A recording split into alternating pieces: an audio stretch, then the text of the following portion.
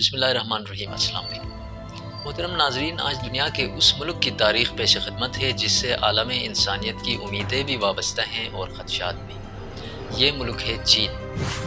پچھلے 400 سال سے یورپ اور امریکہ کے نوآبادیاتی قبضے، لوٹ مار اور انسانوں پر ہونے والی ظلم کے تجربے سے کم از کم آج کی تیسری دنیا میں رہنے والے لوگوں کو یہ یقین ہو چکا ہے کہ یورپ اور امریکہ انسانوں کے ہمدرد نہیں بلکہ مفاد پرست اور موقع شناس ہیں۔ لہٰذا تیسری دنیا کے غریب اقوام روس اور چین سے امیدیں لگائے بیٹھے ہیں۔ یورپ اور امریکہ کی سائنسی کامیابیوں نے جہاں معاشرتی ترقی میں بے پناہ حصہ ڈالا ہے، وہی اس سائنسی ترقی و ٹیکنالوجی نے جدید ہتھیار بنا کر اقوام عالم کو لوٹنے اور اپنا غلام بنانے میں بھی خوب استعمال ہوا ہے۔ لیکن سائنس و ٹیکنالوجی کی دنیا کا نیا کمپیٹیٹر بلکہ ٹیکنالوجی بیسڈ عالمی تجارت کا حاکم اب چین بن چکا ہے، جس کا اعتراف امریکہ برملا کرتا ہے۔ لہٰذا چین کو جاننا، چینی زبان سیکھنا اور چین کا سفر دنیا کی مجبوری بن چکا ہے۔ آج آپ کی خدمت میں چین کی تاریخ پیش کرتے ہیں۔ آپ سے گزارش ہے کہ یوٹیوب چینل کو ضرور سبسکرائب کریں، جس کا لنک اس ویڈیو کے کمنٹ سیکشن میں دیا گیا ہے۔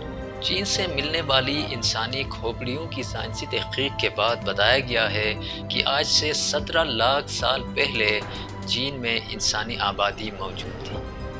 اس دور کی تہذیبوں کو ینگ شاؤ اور لنگشن تہذیب کہا جاتا تھا۔ آج سے 5000 سال پہلے چینیوں نے برتن سازی اور دیگر آلات و ضروریات زندگی بنانے میں مہارت حاصل کی تھی۔ 2100 قبل مسیح یا BC یعنی حضرت عیسیٰ علیہ السلام کی پیدائش سے 2100 سال پہلے یعنی آج سے 4100 سال پہلے چین میں پہلی شاہی خاندان نے حکومت کا آغاز کیا۔ اس شاہی خاندان کا نام شیعہ خاندان تھا۔ تو دی گریٹ کے بیٹے چی نے اس بادشاہت کی بنیاد رکھی اور اس خاندان نے 400 سال تک حکومت کی۔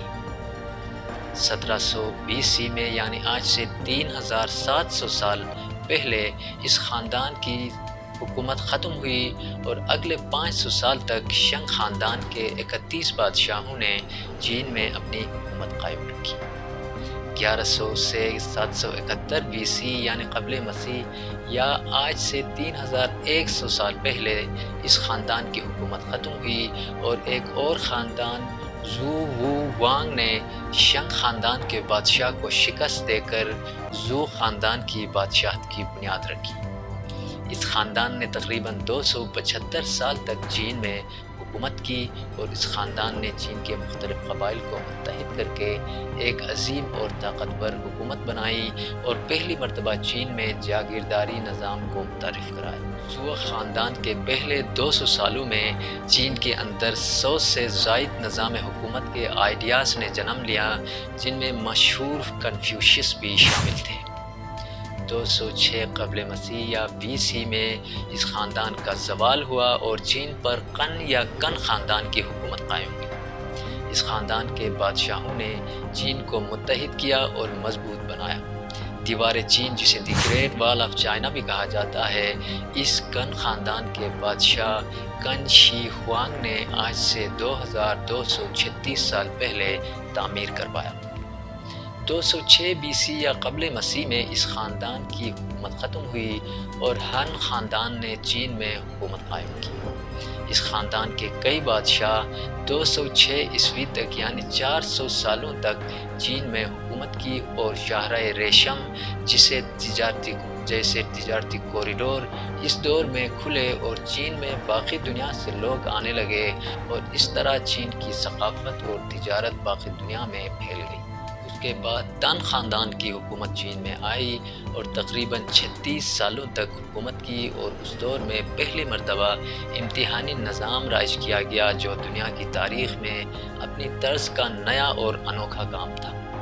اس کے بعد چین میں تانگ خاندان کی حکومت آئی اور وو زیتیان نامی خاتون بادشاہ اس دور کا مشہور شخصیت تھی، جس نے 690 عیسوی میں تخت سنبھالا اور 705 عیسوی تک حکومت کی۔ 960 عیسوی میں چین کا اقتدار سونگ خاندان کے پاس آیا اور یہ یہاں سے چین کی تاریخ کا سنہری دور شروع ہوتا ہے۔ سونگ ڈائنیسٹی کے کئی بادشاہوں کے ادوار میں چین کے اندر سائنسی ایجادات ہوئے، جن میں پرنٹنگ مشین کی ایجاد، کمپاس کی ایجاد اور بارود کی ایجاد شامل ہیں۔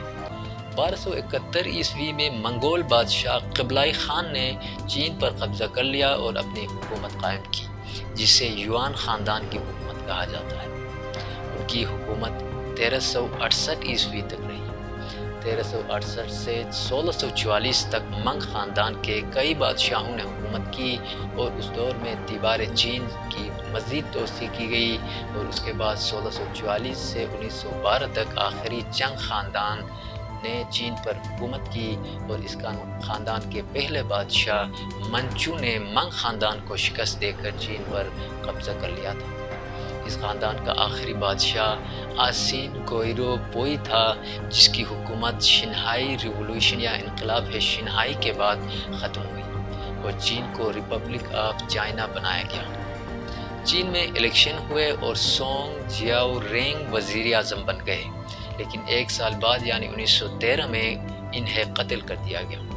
اس دوران چین میں غیر یقینی سیاسی صورتحال رہی اور حصول اقتدار کے لیے مختلف گروہ آپس میں لڑتے رہے۔ چین میں اس سیاسی کشمکش کے دور میں چینی قوم پرست لیڈر سن یت سین نے ایک سیاسی بیانیہ پیش کیا کہ چین کو ایک جمہوری ملک ہونا چاہیے جس کے 3 بنیاد ہوں: پہلا جمہوریت، دوسرا چینی قومیت اور تیسرا روزگار۔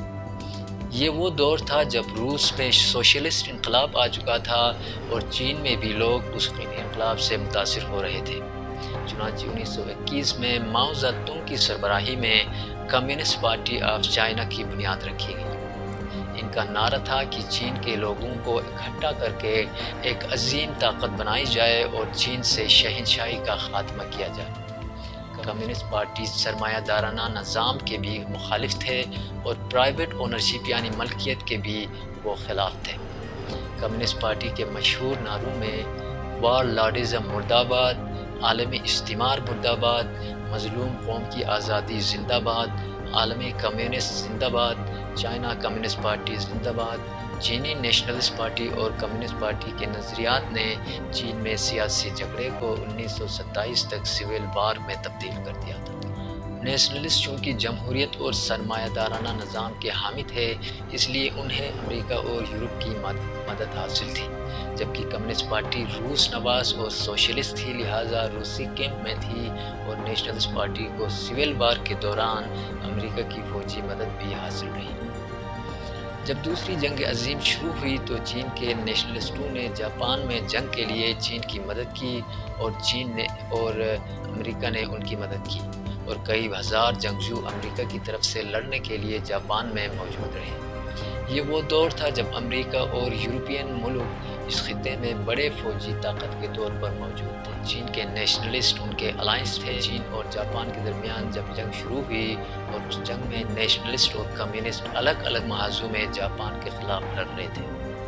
1939 میں جب دوسری جنگ عظیم شروع ہوئی تو نیشنلسٹ امریکی کیمپ کی طرف سے لڑ رہے تھے، جبکہ کمیونسٹ پارٹی آف چائنا کے لوگ گوریلا وارفیئر کے تحت جاپان کے خلاف مختلف محاذوں پر لڑ رہے تھے۔ اس وقت چین میں نیشنلسٹوں کی حکومت تھی اور لوگ غربت، کرپشن اور شدید معاشی بحران کے باعث ان سے متنفر ہو چکے تھے۔ جاپان سے لڑائی نے کمیونسٹ پارٹی آف چائنا کو یہ موقع دیا کہ وہ لوگوں کو مسلح ٹریننگ دیں، انہیں ہتھیار دیں اور جنگ کے بعد چین سے نیشنلسٹ پارٹی کی حکومت ختم کرنے میں ان جنگجوؤں کا استعمال کریں۔ چیانگ کائی شیک کی آمرانہ طرز حکومت، کرپشن، سینسرشپ اور اختلاف رائے کو طاقت سے دبانے جیسے اقدامات نے چین کے طلباء اور دانشوروں کو بھی کمیونسٹ پارٹی آف چائنا کی طرف مائل کر دیا تھا۔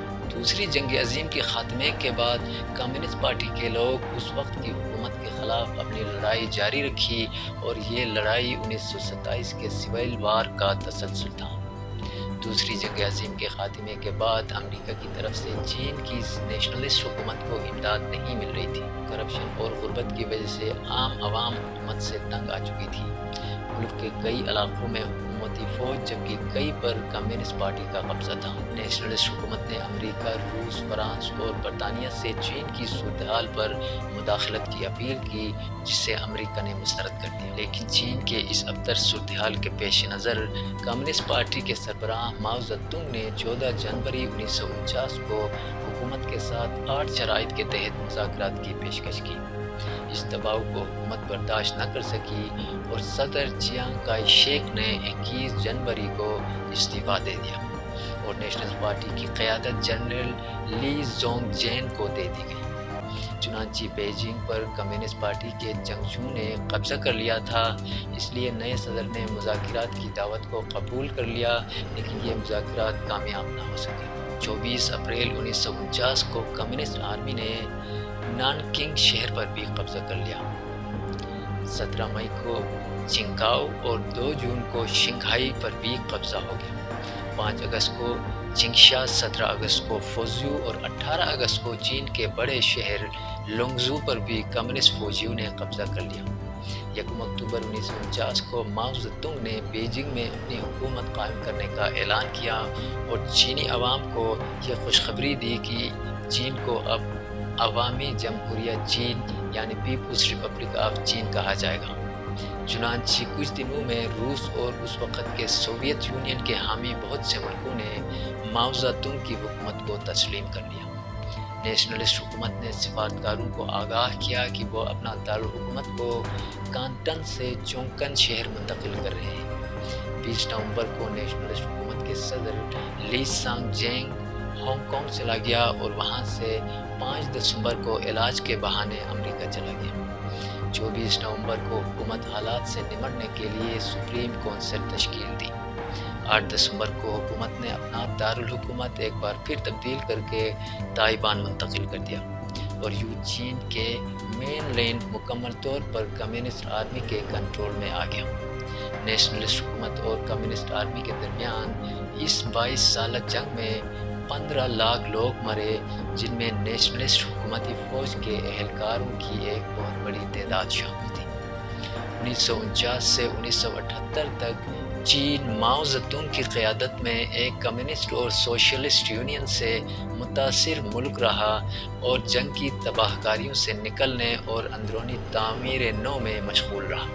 1978 میں سینٹرل ایڈوائزری کمیشن کے صدر ڈینگ زیاؤ پینگ نے چین میں بڑے پیمانے پر اصلاحات کے اقدامات پیش کیے، جن کے تحت سخت گیر کمیونسٹ اور سوشلسٹ پالیسیز کے بجائے سوشلسٹ مارکیٹ بیسڈ اکانومی کی پالیسی پیش کی گئی۔ انہوں نے کہا کہ اس طرح چین میں بیرونی سرمایہ کاری آئے گی اور ذاتی ملکیت اور کاروبار کی بھی حمایت کی گئی، جس پر کمیونسٹ پارٹی آف چائنا کی رولز لاگو ہوں گے۔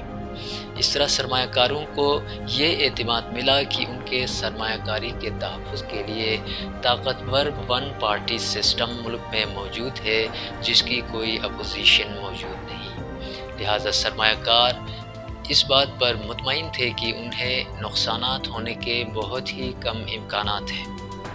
بیرونی سرمایہ کاروں کے لیے اسپیشل اکنامک زونز بنائے گئے جہاں انہیں ہر قسم کی سہولتیں فراہم کی گئیں۔